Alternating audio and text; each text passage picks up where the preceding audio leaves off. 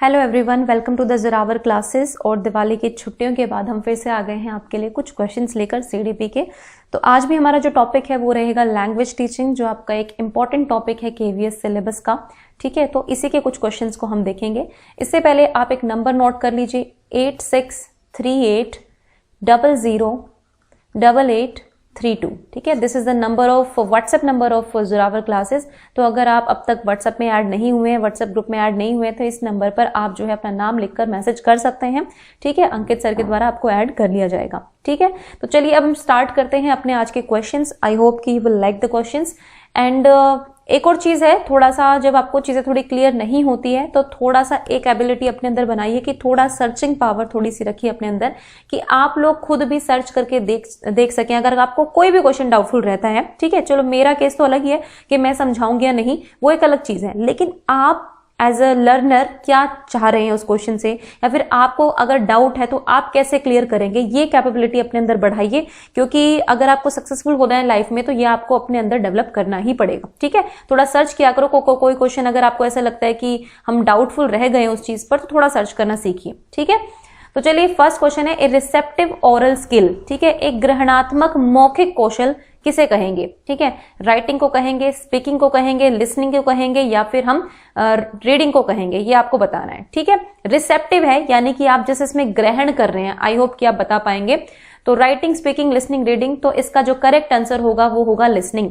देखिए, जब हम कहानी सुनते हैं, जब हमें कोई वाक्य सुनाता है कोई भी, ठीक है, या फिर हमें कुछ भी सुना रहा है, कोई मतलब इंसिडेंट ही सुना रहा है, तो हमारी वो रिसेप्टिव ओरल स्किल हो जाती है। जब हम लिसन करते हैं ना, हम सिर्फ सुनते हैं, सुनकर समझते हैं। लिसनिंग में सिर्फ सुनना नहीं होता है। देखिए, there is a difference between hearing and listening. ठीक है, गॉड, ये राइटिंग, चलिए, हियरिंग और लिसनिंग में जो है बहुत डिफरेंस होता है। हियरिंग का मतलब होता है जस्ट आप सुन रहे हैं, ठीक है, आप उसको समझने की कोई भी जद्दोजहद नहीं कर रहे हैं। लेकिन लिसनिंग का मतलब होता है आपकी सुनकर आप समझ रहे हैं। ठीक है, तो वो एक स्किल बन जाती है लिसनिंग। तो listening is a receptive oral skill. ठीक है, चलिए नेक्स्ट क्वेश्चन देखते हैं। और आई होप कि अब थोड़ा सा हम फिर से ध्यान लगाएंगे पढ़ाई में, क्योंकि फेस्टिव सीजन जो है अब ऑलमोस्ट जा चुका है ना। आज भाई दूज है, आप सभी को शुभकामनाएं भाई दूज की। और मतलब ठीक है, अब हमें एक फोकस के साथ पढ़ना है फिर से। ओके, नेक्स्ट है, a quick reading of a passage looking for specific information. जब हम किसी विशिष्ट जानकारी की तलाश में एक अनुच्छेद को या फिर किसी भी पैराग्राफ को तेजी से पढ़ते हैं, तो इस चीज को हम क्या बोलते हैं? देखो भाई, ये जो इंग्लिश वर्जन है इसको ठीक मानना, स्किमिंग को आई थिंक स्किमिंग ही बोलते हैं। ये गूगल ने ट्रांसलेट करके इसको ये लिखा है, बट इसका कोई स्पेसिफिक वर्ड है आपके पास तो आप मुझे बता देना। ठीक है, तो स्किमिंग हो गया, स्पीड रीडिंग हो गया, स्कैनिंग हो गया, साइलेंट रीडिंग हो गया। इनमें से आपको बताना है तो क्या होगा। देखो, इसका करेक्ट ऑप्शन होगा ऑप्शन नंबर सी, स्कैनिंग। जब हम क्विकली रीडिंग कर देते हैं ना किसी पैसेज की, लैंग्वेज में एक स्पेसिफिक टर्म है स्कैनिंग। ठीक है, इसको वो कंप्यूटर वाली स्कैनिंग मत समझिएगा, मतलब ये लैंग्वेज के पर्सपेक्टिव से बता रही हूं कि जब आप क्विक रीडिंग करते हैं, बस आप ये देखना चाहते हैं कि हाँ भाई मुझे क्या चाहिए। जैसे आप एग्जाम में करते हैं ना, एग्जाम में आपके सामने पैराग्राफ आता है, ठीक है, आपके पास क्वेश्चंस आते हैं 4-5, तो आप उन क्वेश्चंस को पढ़ने के लिए उस पैराग्राफ को बिल्कुल डीपली नहीं पढ़ते हैं, आप फटाफट से उसको पढ़ते हैं, और जो आपको स्पेसिफिक इन्फॉर्मेशन चाहिए पर्टिकुलर क्वेश्चन से, आप उसको पढ़ते हैं। ठीक है, तो ये होती है स्कैनिंग, याद रखना हमेशा। और स्किमिंग भी होती है। स्किमिंग खुद सर्च करना क्या होता है ना, हर चीज नहीं बताऊंगी, इसीलिए कि थोड़ा बहुत आप भी खुद सर्च करें। नेक्स्ट है, when the matter is grouped on the base as sentence structure it is called. ठीक है, देखो ये क्वेश्चन जो है मैं बुक से ही लेती हूँ, तो बुक्स में जैसे क्वेश्चन होते हैं मैं एज इट इज आपके सामने लेकर आती हूँ, कोई आंसर्स में हेर फेर नहीं करती हूँ, इसलिए कि आपको ये बताऊं कि भाई इस तरह के ऑप्शन थे, इस तरह के ऑप्शन में डाउट भी था, इसमें ऐसा था, ताकि आपको हर तरह की चीज की नॉलेज हो जाए। तो क्वेश्चन है कि जो मैटर ग्रुप किया जाता है सेंटेंस स्ट्रक्चर के रूप में, है ना, मतलब सामग्री का समूहीकरण किया जाता है वाक्य संरचना के रूप में, तो उसको हम क्या कहते हैं? अब यहाँ पर आपके सामने 4 ऑप्शंस हैं। पहला है फोनेटिक, ग्रामेटिकल, लेक्सिकल और सिमेंटिक। अब देखो ये सारे जो है, ये ग्रुपिंग जो है ग्रामेटिकल ग्रुपिंग के अंतर्गत आते हैं ये सारे। ठीक है, अब यहाँ पे ऑप्शंस कंफ्यूज क्यों कर रहे हैं? क्योंकि यहाँ पे एग्जैक्ट इसका ऑप्शन दिया नहीं गया है मेरे अकॉर्डिंग, मतलब मैं अपनी समझ के अकॉर्डिंग बता रही हूँ। देखो, फोनेटिक होता है आपका साउंड से रिलेटेड, है ना, जो ध्वनियां होती है ना उनसे रिलेटेड। ये इसकी हिंदी वर्जन में भी आपको समझ में आ रहा होगा। अब बात करते हैं लेक्सिकल की, तो lexical is something to words, जो सेट ऑफ वर्ड्स होते हैं ना उनसे रिलेटेड होता है, बट यहाँ पे सेंटेंस के स्ट्रक्चर की बात की गई है तो ये भी नहीं होगा। अब सिमेंटिक आता है आपका मीनिंग मेकिंग, है ना, अर्थ से आता है, मतलब मीनिंग क्या निकल के आ रहा है किसी ग्रुप का, उससे डील करता है सिमेंटिक जो भी है। तो यहाँ पे अब आंसर होगा क्या, है ना, बचा क्या, बचा हमारे पास ग्रामेटिकल ग्रुपिंग। तो आंसर खैर यही दिया हुआ है इसका, ठीक है, जो भी है। लेकिन मैं इसमें कहूंगी कि इसमें एक प्रॉपर टर्म होती है, सिंटेक्स स्ट्रक्चर होता है एक, ठीक है। जब हम सेंटेंस स्ट्रक्चर की बात करते हैं तो उसको पर्टिकुलरली टर्म है लैंग्वेज में एक सिंटेक्स स्ट्रक्चर बोलते हैं। जब सेंटेंस के स्ट्रक्चर से हमें मतलब होता है ना कि वाक्य की संरचना किस तरह आधार पर है, तो हम सिंटेक्स टर्म यूज करते हैं। इसको हिंदी में क्या बोलते हैं मुझे नहीं पता है, I am sorry for that. अगर आपको पता है तो आप बता देना, ठीक है। तो मेरे अकॉर्डिंग तो ये सिंटैक्टिकल जो स्ट्रक्चर होता है ना वो इसका आंसर होना चाहिए, बट ऑब्वियसली क्योंकि सारे ऑप्शंस गलत है तो ग्रामेटिकल ग्रुपिंग का ही पार्ट है ये भी, इसलिए हम कह सकते हैं कि this is the right option, ठीक है भाई। मैंने अपनी तरफ से अपना स्टैंड जो है क्लियर कर दिया आपको। नेक्स्ट है the audio lingual method is set to result in rapid acquisition. ये माना जाता है कि जब आप ऑडियो लिंग्वल मेथड यूज करते हैं तो इससे रैपिड एक्विजिशन होता है, मतलब कि ज्यादा ही जल्दी से अर्जन होता है। जो भी आप सिखाना चाह रहे हैं बच्चों को, बच्चे जल्दी अर्जित करते हैं, ठीक है। तो इसको किस स्किल्स के लिए यूज किया जाता है ऑडियो लिंग्वल मेथड, तो ये बताना है। रीडिंग और स्पीकिंग के लिए यूज किया जाता है, रीडिंग और लिसनिंग के लिए यूज किया जाता है, स्पीकिंग और लिसनिंग के लिए यूज किया जाता है, या फिर राइटिंग और इसके लिए यूज किया जाता है, रीडिंग के लिए, ठीक है। देखो ऑडियो लिंग्वल है, ठीक है, दैट मीन्स कि आपको सुनाई देगा कुछ ना कुछ, है ना, क्योंकि ऑडियो चलेगी। तो ऑब्वियसली आप यहाँ पर रीडिंग का तो हटा दीजिए, है ना, रीडिंग तो पढ़ने से रिलेटेड होता है। आपके सामने जब टेक्स्ट आता है कुछ आप उसको पढ़ते हैं तो ये होगा नहीं। अब यहाँ पे राइटिंग रीडिंग यहाँ भी है तो काट दीजिए, अच्छी तरीके से आंसर इसका हो जाएगा, बोलना और सुनने से रिलेटेड है। और देखो ASL होता है ऑडियो, मतलब उसकी फुल फॉर्म नहीं पता, ASL करके ऑडियो असेसमेंट कुछ something, assessment of speaking and listening, है ना, ये होता है assessment of speaking and listening 9th और 10th क्लास में होता है आई थिंक, है ना, ज्यादा 10th क्लास में होता है मेरे हिसाब से। तो ये इसमें भी ऐसा ही कुछ करते हैं कि बच्चों को जो है ऑडियो सुनाई जाती है, फिर बच्चे ने क्या लिसन किया उनको बताना होता है, फिर उनको स्पीकिंग एक टॉपिक भी दिया जाता है रिलेटेड, फिर उनको स्पीकिंग करनी होती है। तो ये सारे मेथड जो है किसके लिए होते हैं, स्पीकिंग और लिसनिंग के लिए होते हैं, ठीक है, याद रखना बस आप लोग। अब ये क्वेश्चन आपका टीजीटी में भी बन सकता है, अगर आप टीजीटी एग्जाम में बैठने वाले हैं हो सकता है कि टीजीटी में पूछ लिया जाए। In language the order in which skills are taught, language में जिस हिसाब से, ये आसान क्वेश्चन है, जिस हिसाब से स्किल सिखाई जाती है, मतलब हम कह सकते हैं कि भाई ये एक रूल है, ये एक तरीके से परफेक्ट मेथड कह सकते हैं सिखाने का लैंग्वेज को, तो वो बताइए क्या है ना, ये बताना है। लिसनिंग, स्पीकिंग, रीडिंग, राइटिंग वही है, सबका ऑर्डर चेंज कर दिया गया है। देखो आप सभी को पता है LSRW, ये सबने रटा हुआ होगा, ये स्किल्स है हमारी। पहले होती है लिसनिंग, फिर होती है हमारी स्पीकिंग, फिर होती है रीडिंग और फिर होती है राइटिंग, ठीक है। हम कोशिश करते हैं कि पहले हम लिसनिंग कराएं बच्चे को अच्छे से, फिर इसको स्पीकिंग में हेल्प करें, फिर इसको रीडिंग कराएं एंड आफ्टर हम राइटिंग कराएं। राइटिंग में क्यों सबसे डिफिकल्ट टास्क होता है, लैंग्वेज में सबसे ज्यादा डिफिकल्ट टास्क होता है राइटिंग, ठीक है। अब किसी को डाउट हो ना तो मैं आपको पहले बता देती हूँ। देखो राइटिंग में ना आपको सिर्फ, मतलब रीडिंग में क्या होता है, आपके सामने टेक्स्ट होता है, आपको पढ़ना है, ठीक है, ये भी मुश्किल है, इतना आसान नहीं है, लेकिन राइटिंग ज्यादा मुश्किल है। राइटिंग में बच्चों को बहुत सारी स्किल्स की जरूरत होती है, उसको मोटर, अपनी फाइन मोटर स्किल्स पे भी काम करना पड़ता है, ठीक है, फिर उसके लैंग्वेज स्किल्स पर भी काम करना पड़ता है। तो बहुत सारी स्किल जो है इकट्ठे राइटिंग में रोल निभाती है। तो मैं कह देती हूँ सबसे डिफिकल्ट टास्क जो होता है बच्चों के लिए वो होता है राइटिंग का, ओके। तो option number A is the correct option. खैर वो मैं आपको पहले बता चुकी हूँ, ये थोड़ी एक्स्ट्रा इन्फॉर्मेशन थी। नेक्स्ट है reading A short passage and answering detailed comprehension, एक छोटे सार को पढ़कर उसकी गहराई में अवबोध कहलाता है, ठीक है, गहराई में जाना है भाई, ठीक है। तो बताओ क्या होगा।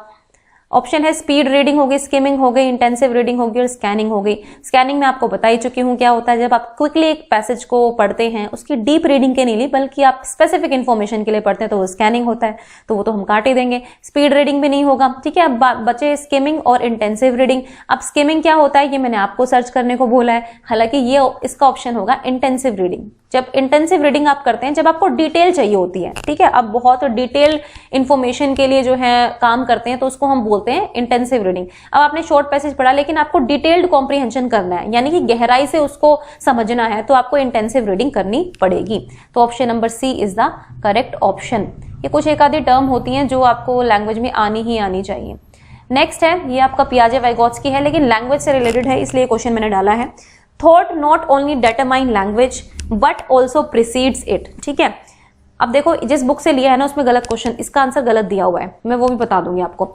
ये कहा है इसमें कि थॉट जो है सिर्फ लैंग्वेज को डिटरमाइन नहीं करते हैं बल्कि प्रिसीड भी करते हैं, मतलब लैंग्वेज से आगे होते हैं। ठीक है, मतलब थॉट पहले आएंगे और फिर वो लैंग्वेज को बूस्ट अप करेंगे, तो लैंग्वेज भी अपने आप बढ़ती चली जाएगी आगे। ठीक है, किसका कहना था?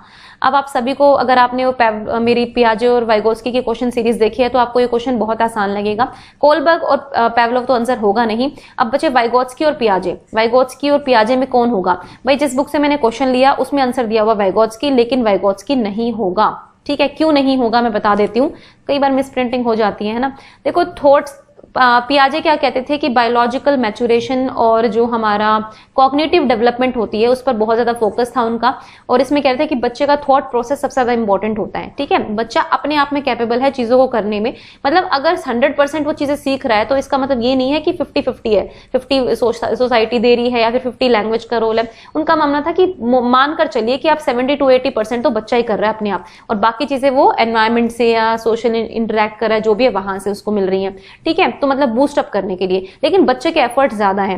तो पियाजे मानते थे कि लैंग्वेज में क्या होता है ना कि थॉट जो है पहले आ जाते हैं बच्चे के दिमाग में, और जैसे थॉट आने लगते हैं ना तो लैंग्वेज बाहर आउटपुट प्रोड्यूस हो जाता है उसका, है ना, मतलब इनपुट आपके अंदर से आ ही रहा है, आपके थॉट प्रोसेस डेवलप हो रहा है, आप कॉग्निटिवली मैच्योर होते जाते हैं, तो थॉट्स बहुत अच्छे तरीके से आपके मन में विचार आने लगते हैं और फिर आपकी लैंग्वेज आती है। तो इस तरह से जो है थॉट जो है लैंग्वेज को सिर्फ डिसाइड ही नहीं करते हैं बल्कि उसको आगे भी बढ़ाते हैं, यानी कि थॉट पहले आ जाएगा, लैंग्वेज के बाद आएगी, लैंग्वेज फॉलो करेगी थॉट्स को। लेकिन वाइगोत्स्की जो है बिल्कुल उल्टा कहते थे, उनका मानना था कि लैंग्वेज पहले आ जाती है और फिर आपके थॉट्स या थिंकिंग प्रोसेस चलता है, मतलब लैंग्वेज का बहुत इंपॉर्टेंट रोल है कॉग्निटिव डेवलपमेंट में। भाई कॉग्निटिव डेवलपमेंट कैसे आएगी? जब आपका थिंकिंग प्रोसेस इंक्रीज होगा ना तभी तो आपकी कॉग्निटिव डेवलपमेंट होगी। तो वाइगोत्स्की जो है उन्होंने लैंग्वेज पर ज्यादा फोकस किया था, लेकिन पियाजे थॉट प्रोसेस पर ज्यादा फोकस करते थे। तो इसके अकॉर्डिंग जो है क्वेश्चन का आंसर होगा ऑप्शन नंबर ए, जीन पियाजे। ओके, अब अगर आपको ये क्वेश्चन मिलता है कहीं से और अगर सी ऑप्शन दिया हुआ है तो भाई बिल्कुल गलत दिया हुआ है। ओके, नेक्स्ट है smallest unit of meaning in A languages, ये बताना है स्मॉलेस्ट यूनिट ऑफ मीनिंग क्या होती है। तो भाई इसका सीधा सीधा आंसर है मॉर्फीम। ठीक है, सबसे स्मॉलेस्ट यूनिट होती है ये, डीएसएसबी में पूछा गया था ये क्वेश्चन, बहुत बार पूछा जा चुका है। ठीक है, तो इसीलिए बता दिया आपको। नेक्स्ट है what kind of errors is common between a learner who is learning his mother tongue and the learner who learns the same language as a second language? देखो भाई एक लैंग्वेज है तो भाई एक एरर करते हैं बच्चे। ठीक है, एक बच्चा जो अपनी मदर टंग को सीख रहा है, ठीक है, एरर्स तो वो भी करेगा, ऐसा तो नहीं है कि वो एरर नहीं करेगा। और लर्नर जो उसी सेम लैंग्वेज को सीख रहा है लेकिन एज ए सेकंड लैंग्वेज सीख रहा है। ठीक है, सपोज मैं हूं तो मेरे लिए हिंदी जो है मेरी मदर टंग है, अगर मैं इंग्लिश सीख रही हूं तो English is not my mother tongue. ठीक है, लेकिन मेरे लिए हिंदी मदर टंग है, लेकिन एक बच्चा जो साउथ से है ना, साउथ में हिंदी नहीं बोली जाती है, तो साउथ वाले बच्चे के लिए हिंदी जो है सेकंड लैंग्वेज हो जाएगी। उनकी जो भी तमिल होगी, मलयालम होगी, जो भी जिस भी स्टेट से वो है, जो भी उनकी मदर टंग है वो उनकी फर्स्ट लैंग्वेज होगी। लेकिन मेरे लिए हिंदी मदर टंग है, लेकिन उनके लिए हिंदी जो है वो सेकंड लैंग्वेज होगी। तो क्वेश्चन यही है कि सेम लैंग्वेज को जब एक सेकंड लैंग्वेज के रूप में पढ़ा जाता है तो the learner who learns the same language second language, तो कौन से किस तरह के एरर जो है बच्चा करता है ये आपको बताना है। ठीक है, यहाँ पे कुछ टर्म्स लिखी हुई हैं, ओवर जनरलाइजेशन है, तो भाई यहाँ पे कुछ टर्म्स दी हुई हैं। ओवर जनरलाइजेशन जिसको सामान्यीकरण कहते हैं, ज्यादा से ज्यादा आप सामान्यीकरण कर देते हैं, या फिर सिंप्लीफिकेशन बहुत ज्यादा सरलीकरण कर देते हैं, या फिर डेवलपमेंटल या फिर हाइपर करेक्शन। तो देखो ये जो over generalisation, simplification, hyper correction है, ये सारे एरर्स हैं, लेकिन ये आते हैं डेवलपमेंटल एरर्स की कैटेगरी में सारे। ठीक है, बेसिकली डेवलपमेंटल एरर्स होते हैं। ठीक है, ये क्वेश्चन इसलिए कंफ्यूज करने के लिए दिया हुआ है कि भाई ये सिर्फ एक एरर नहीं करता, हो सकता है कुछ बच्चे ओवर जनरलाइजेशन कर दें, हो सकता है कुछ बच्चे सिंप्लीफिकेशन कर दें, कुछ बच्चे हाइपर करेक्शन कर दें। तो ये सारे पार्ट हैं डेवलपमेंटल एरर्स के। जब बच्चा कोई सेकंड लैंग्वेज सीखता है तो इस तरह के एरर्स वो करता है। ठीक है, इनको इंट्रालिंगुअल या फिर डेवलपमेंट एरर्स दोनों बोलते हैं। इंट्रालिंगुअल और डेवलपमेंट दो तरह के एरर्स होते हैं। तो ये सारे पार्ट हैं डेवलपमेंटल एरर्स के। तो एरर करता है बच्चा डेवलपमेंटल। ठीक है, इसमें बहुत सारे पार्ट्स होते हैं। इसमें आपका ये तीन तो आपने समझ लिए, फैकल्टी टीचिंग, फॉसिलाइजेशन, बहुत सारे एरर्स इसमें होते हैं। ओके, तो नेक्स्ट देखते हैं। Next is last question is in the context of language development which of the following area was underestimated by Piaget? ये क्वेश्चन मुझे बड़ा अच्छा लगा। अच्छा तो क्या कहूंगी, मतलब ठीक है, मतलब क्वेश्चन इस तरह के आ जाते हैं कई बार, अब आपको थोड़ा सा तो ये करेगा कंफ्यूज। देखो अब पियाजे ने कौन सी चीज को अंडर एस्टिमेट किया था, अब ये हमें इसका आंसर बताना है। पहले ही बता देती हूँ, हेरिडिटी और एक्टिव कंस्ट्रक्शन ऑफ चाइल्ड जो होता है, ये तो एक्टिव कंस्ट्रक्शन तो ऑब्वियसली पियाजे ने बोला है तो ठीक होगा। हेरिडिटी का भी रोल उन्होंने बोला है। उन्होंने कहा था कि जब बच्चा बायोलॉजिकली मैच्योर हो जाता है या फिर कॉग्निटिव डेवलपमेंट उसकी हो जाती है, उसके बाद ही वो कुछ सीख सकता है, और ये आपको ऑब्वियसली हेरिडिटी पर भी डिपेंड करता है। तो ये चीज भी उन्होंने बोली थी। अब बात आ गई सोशल इंटरेक्शन और ईगो सेंट्रिक स्पीच की। भाई दोनों ही चीजों के बारे में पियाजे जो है थोड़े कमतर आंकते हैं दोनों ही चीजों को, लेकिन अब हमें इसका आंसर ढूंढना है एग्जैक्ट क्या होगा। तो भाई देखो, सोशल इंटरेक्शन का मतलब यहां पर ये है, पियाजे ये नहीं कहते थे कि सोशल इंटरेक्शन बिल्कुल इंपॉर्टेंट नहीं होता है। हाँ, उन्होंने इसका रोल जो है लर्निंग में कम आंका था, लर्निंग में कम आ रखा था, कॉग्निटिव डेवलपमेंट में, ठीक है। लेकिन सोशल इंटरेक्शन जो पीयर्स के साथ होता है ना, वैसे वाइगोत्स्की कहते थे कि भाई सोशल इंटरेक्शन सभी से बहुत अच्छा होता है। अडल्ट होते हैं जो बच्चे से ज्यादा नॉलेज वाले होते हैं, उनके साथ सोशल इंटरेक्शन बहुत ज्यादा जरूरी है कदम कदम पर। लेकिन पियाजे कह रहे थे कि सबके साथ नहीं जरूरी। आप अगर पीयर्स के साथ जितना ज्यादा इंटरेक्ट करेंगे उतनी आपकी जो थिंकिंग प्रोसेस है वो ज्यादा इंक्रीज होगा, ठीक है। तो वो पीयर्स का बहुत इंपॉर्टेंट रोल मानते थे, जो सहपाठी होते हैं बच्चे के, क्योंकि वो सेम लेवल पर होते हैं और वो एक दूसरे को चैलेंज करते हैं। इन चैलेंज के थ्रू जो है डिसइक्विलिब्रियम क्रिएट होता है और उसके थ्रू जो है बच्चा अपनी लर्निंग करता है, जिसमें आपका एसिमिलेशन, अकोमोडेशन, ये सारी चीजें आती हैं। अब बात करते हैं ईगो सेंट्रिक स्पीच की। तो जो अहम केंद्रित भाषा है, इसको पियाजे बिल्कुल भी इंपॉर्टेंट रोल नहीं देते थे। उनका मानना था कि ये कलेक्टिव मोनोलॉग का पार्ट है। बच्चा इसमें ये आपको जता रहा है कि हाँ भाई बच्चा जो है कॉग्निटिवली बिल्कुल मैच्योर नहीं हुआ है और वो समझता है कि जो भी वो बोल रहा है वो उसकी भाषा जो है वो एक उसके पर्सपेक्टिव को दिखाती है, उसके ईगो सेंट्रिक बिहेवियर को दिखाती है, ना कि वो पूरे लोगों का पर्सपेक्टिव लेकर चलती है, ठीक है। तो अब भाई मेरे अकॉर्डिंग तो ना दोनों ही क्वेश्चन ठीक है, दोनों ऑप्शंस ठीक हैं, लेकिन अगर मैं ज्यादा ठीक मानूंगी तो मैं यहां पर सी ऑप्शन मानूंगी, ठीक है।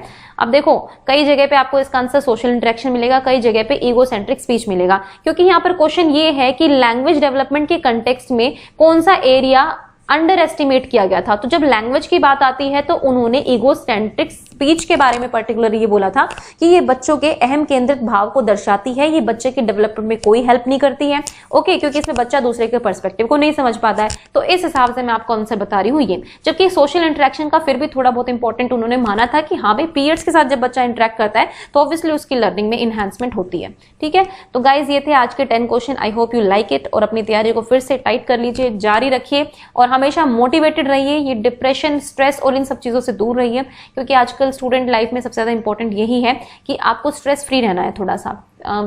आई होप कि आप लोग इन चीज़ों से थोड़ा सा मोटिवेट होते होंगे कि, क्योंकि देखो मेरा ये मानना है कि इंसान को ज़िंदगी में हर चीज़ करनी चाहिए जो वो चाहता है, जो अच्छी हो, है ना। बुरी चीज़ों की तरफ आपका ध्यान ज़्यादा जाता है, लेकिन कोशिश करो कि बुरी या नेगेटिव चीज़ों को, नेगेटिव बातों को अवॉइड करो। अपनी लर्निंग पे, अपने उस पर ध्यान दो बस, ठीक है, पढ़ाई पे ध्यान दो। ज़्यादा लोगों की मत सुनो कि ठीक है कुछ लोग ताने देते हैं, कुछ लोग कुछ करते हैं, मतलब ये सब चीज़ें दिमाग से निकाल दो। एक कान से सुनो, दूसरे कान से निकाल दो। अभी just focus on your studies, okay, and thank you for watching the Zorawar classes.